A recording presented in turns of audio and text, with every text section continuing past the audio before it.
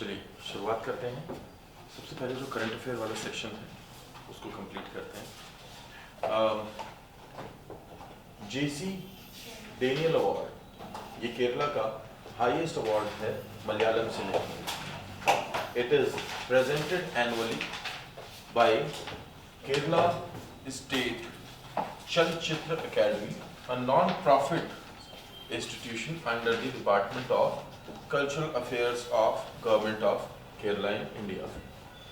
सबसे पहले तो ये जान लेना जरूरी है कि जेसी डेनियल अवार्ड जो है वो केरल का हाईएस्ट कला के क्षेत्र में यानी कि आर्ट के क्षेत्र में दिया जाने वाला अवार्ड है। ये केरला स्टेट चलचित्र अकेडमी देती है जो कि एक एनपीओ है। एनपीओ होती है नॉन प्रॉफिट ऑर्गेनाइजेशन। जब हम एनपीओ की बात करते हैं तो ये एनजीओ से थोड़ी डिफरेंट होती है। एनजीओ यानी नॉन गवर्नमेंट ऑर्गेनाइजेशन, यानी सरकार की नहीं है। एनपीओ मीन्स जनरली सरकारी तंत्र होता है लेकिन जो प्रॉफिट के लिए काम नहीं करता। अगर आप डीटीसी की बात करें या ओएनजीसी, एनटीपीसी, भेल की बात करें तो ये प्रॉफिट के लिए काम करती हैं। ऐसी कुछ ऑर्गेनाइजेशंस होती हैं जो कि प्रॉफिट के लिए काम नहीं करती। उनमें से एक है NPO, state Kerala state Chalachitra academy. उसके द्वारा ये अवार्ड दिया जाता है हर वर्ष। केरला की राजधानी क्या है? तिरुवनंतपुरम। ठीक है, तो यहां से क्वेश्चन किस तरीके से बन सकता है कि हाल ही में किसने मलयालम सिनेमा में आजीवन योगदान के लिए जेसी डेनियल पुरस्कार 2019 जीता है? 2019 का who has recently won JC Daniel Award 2019 for lifetime contribution to Malayalam cinema. Kerala की जो राज्य की भाषा है वो कौन सी है? मलयालम है। केरला का गठन स्टेट रीऑर्गेनाइजेशन एक्ट 1956 के अंडर में हुआ था। केरला रीऑर्गेनाइजेशन मतलब स्टेट रीऑर्गेनाइजेशन एक्ट जो 1956 के अंतर्गत बनने वाला पहला राज्य था, मलयालम भाषा के आधार पर बना था। रणदीप गुलेरिया, हरिहरन, अभय चौधरी या एस कृष्णन, इनमें से किसको यह अवार्ड दिया गया है? This award has been awarded given to Hariharan.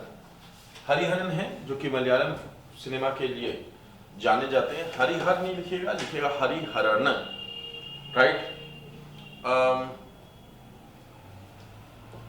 Kerala के बारे में कुछ चीजें जान लेनी जरूरी है यहाँ पे, जैसे गॉड्स ओन कंट्री के नाम से एक थीम है जो केरला पर्यटन चलाता है। तो जब भी पूछा जाए गॉड्स ओन कंट्री किसको कहा जाता है या गॉड्स ओन लैंड, तो it's Kerala, first thing. Second, Kerala के लिए एक महत्वपूर्ण चीज ये है कि बहुत लंबे समय से आप जब सेंसस की रिपोर्ट्स देखेंगे तो उसमें लिटरेसी में केरला नंबर 1 पे होगा, यानी कि हाईएस्ट लिटरेसी वाला स्टेट है भारत का। सबसे पहले ई गवर्नेंस का जो मॉडल लागू हुआ वो केरला में लागू हुआ था, राइट। केरला का जो तट है वो मालाबार तट कहलाता है।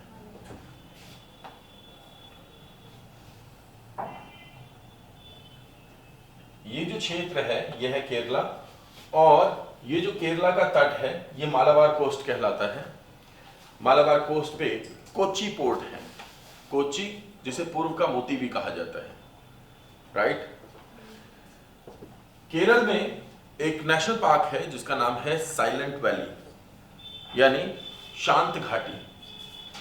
ये जो शांत घाटी राष्ट्रीय उद्यान है ये भारत का सर्वाधिक जैव विविधता वाला राष्ट्रीय उद्यान है।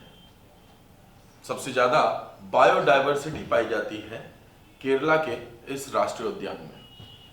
जब भी हम किसी जगह के बारे में समझते हैं, सुनते हैं, तो हमें उससे एसोसिएट करके कुछ इंफॉर्मेशंस को याद कर लेना चाहिए, जिसका कि हम इस्तेमाल कर सकते हैं जब हमें दूसरी इंफॉर्मेशंस को उनसे याद करना होता है, राइट।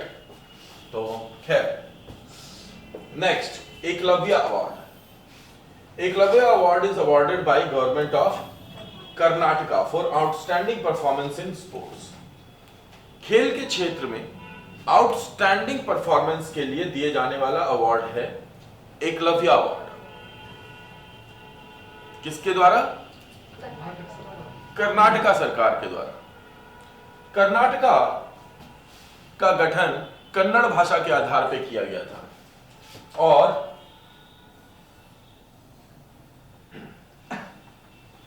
बिल्कुल केरल के ऊपर का जो क्षेत्र है वो कर्नाटका वाला क्षेत्र है, ये सेक्शन।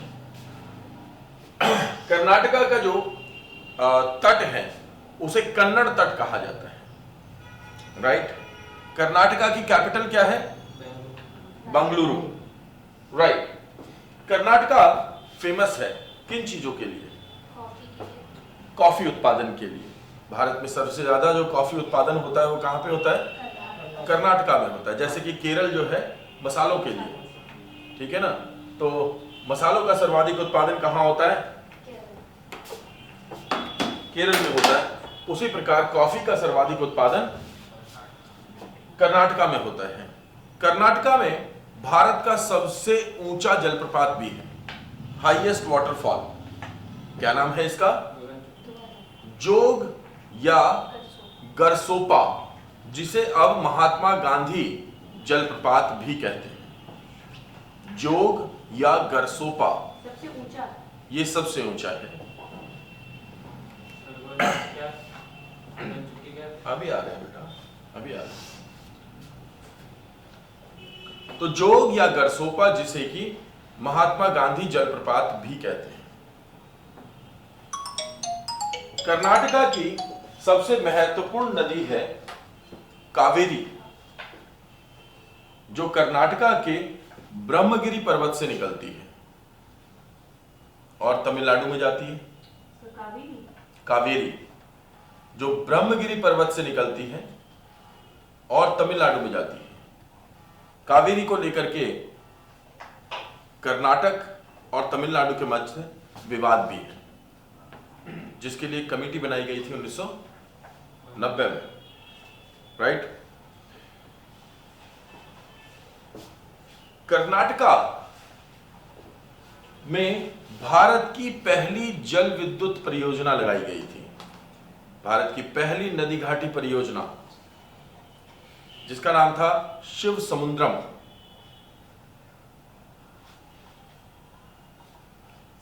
शिव समुद्रम परियोजना जो है वो कहां पे है? कर्नाटका में है, कावेरी नदी पर है। और 1902 में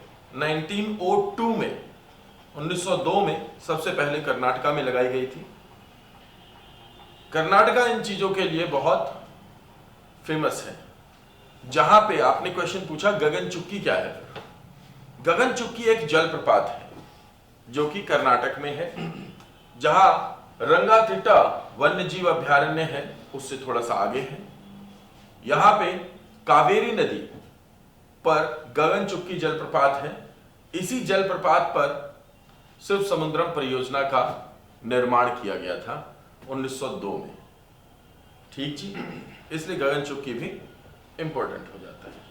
सर एक डैम हो रहा है इसके ऊपर सर, गगन कृष्णराज शायद सर, कृष्णराज डैम।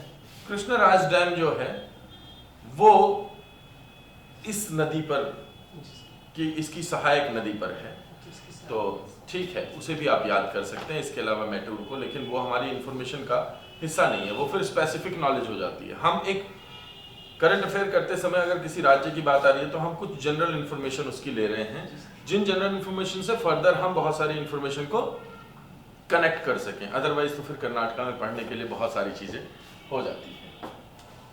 अब क्वेश्चन आता है, हाल ही में किस भारतीय खिलाड़ी को एकलव्य पुरस्कार 2020 से सम्मानित किया गया? Which Indian player has recently been awarded the Eklavya award 2020? Eklavya award 2020 किस भारतीय खिलाड़ी को अभी रिसेंटली दिया गया? ऑप्शन है विराट कोहली, के राहुल, शिखर धवन या इनमें से कोई नहीं।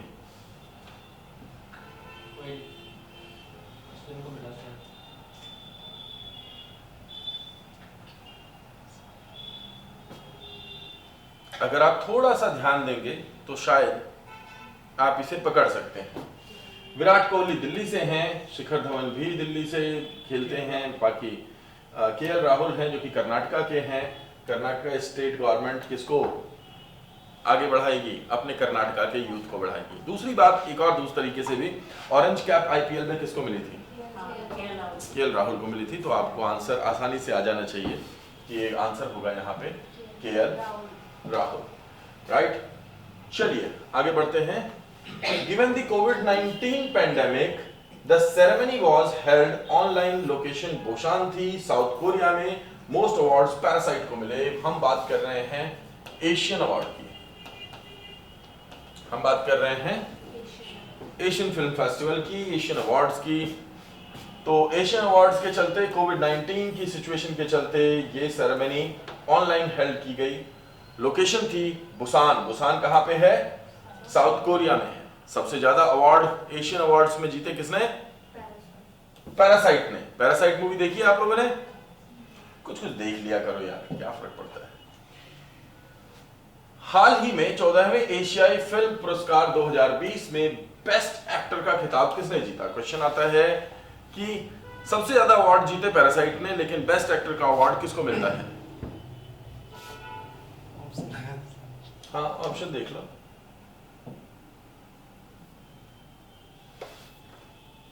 मान जाओ।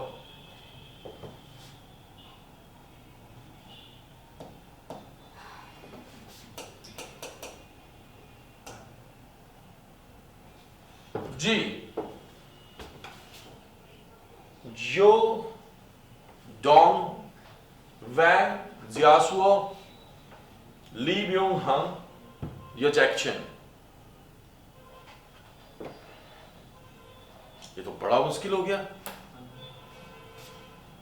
बंदा भी दिखा रहा हूं, फिर भी ना पहचाना जा रहा। ओके, ली ब्योंग हंग नाम है इनका और इन्होंने जीता है एशियन फिल्म फेस्टिवल में टॉप एक्टर का अवार्ड, राइट।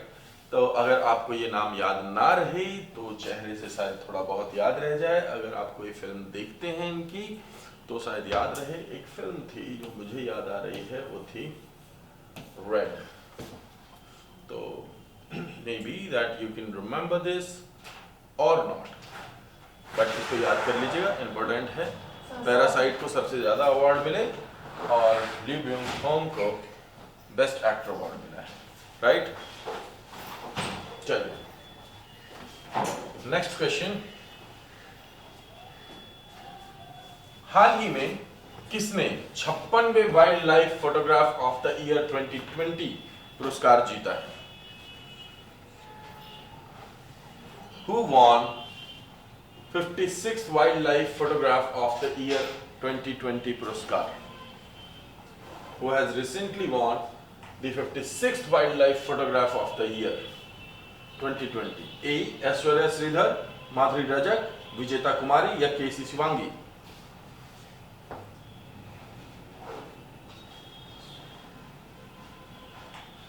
ऐसा प्रतीत हो रहा है जैसे हमारा यूथ आजकल न्यूज नहीं देख रहा। न्यूज से यूथ कटा हुआ है? या तो फिर न्यूज पढ़ना तो खैर पूछना ही बेकार है, लेकिन हाँ देख भी नहीं रहे शायद आप लोग। चलिए देखते हैं। ये जो कन्या है इन्हें मिला है ये अवार्ड बेस्ट फोटोग्राफ के लिए और ये नाम है ऐश्वर्या श्रीधर। ठीक है जी, ऐश्वर्या श्रीधर को 56वें wildlife photograph of the year award से सम्मानित किया गया। 23 साल की हैं ये फोटोग्राफर और ये पहली भारतीय हैं भारतीय महिला हैं जिन्हें की ये अवार्ड मिला है। She is first Indian women to grab this award, right. Western Ghats में ये फोटो लिया गया था। इसको कहते हैं, इस पिक्चर का नाम दिया गया लाइट ऑफ पैशन। तो लाइट ऑफ पैशन के लिए ऐश्वर्या श्रीधर को यह अवार्ड मिला, यानी बेसिकली इस पिक्चर ने इसे लाइट ऑफ पैशन का नाम दिया गया। इस पिक्चर ने इस अवार्ड को जीता है। ऐश्वर्या श्रीधर ने एनवायरनमेंट के कॉज को लेते हुए फायरफ्लाइज यानी जुगनुओं के संरक्षण के विषय को उठाते हुए इस पिक्चर को पोज किया। और ये जो पिक्चर है, इसमें ये जो पेड़ के आसपास लाइट देख रहे हैं, ये जुगनुओं के द्वारा क्रिएटेड है। That's why the picture was named as light of passion, और इसे सेलेक्ट किया गया wildlife photograph of the year. 50,000 से ज्यादा एंट्रीज थी, 50,000 से ज्यादा पिक्चर्स थी, जिनमें से कि इस पिक्चर को सेलेक्ट किया गया। राइट, ये 80 देशों से इसमें पार्टिसिपेट किया गया था। She however is no stranger to wildlife documentation. इन्होंने एक फिल्म बनाई थी जिसका नाम था पंजे, द लास्ट वेटलैंड। 2018 में ये मूवी बनाई थी इन्होंने। तो she is a movie maker, she is a photographer, right.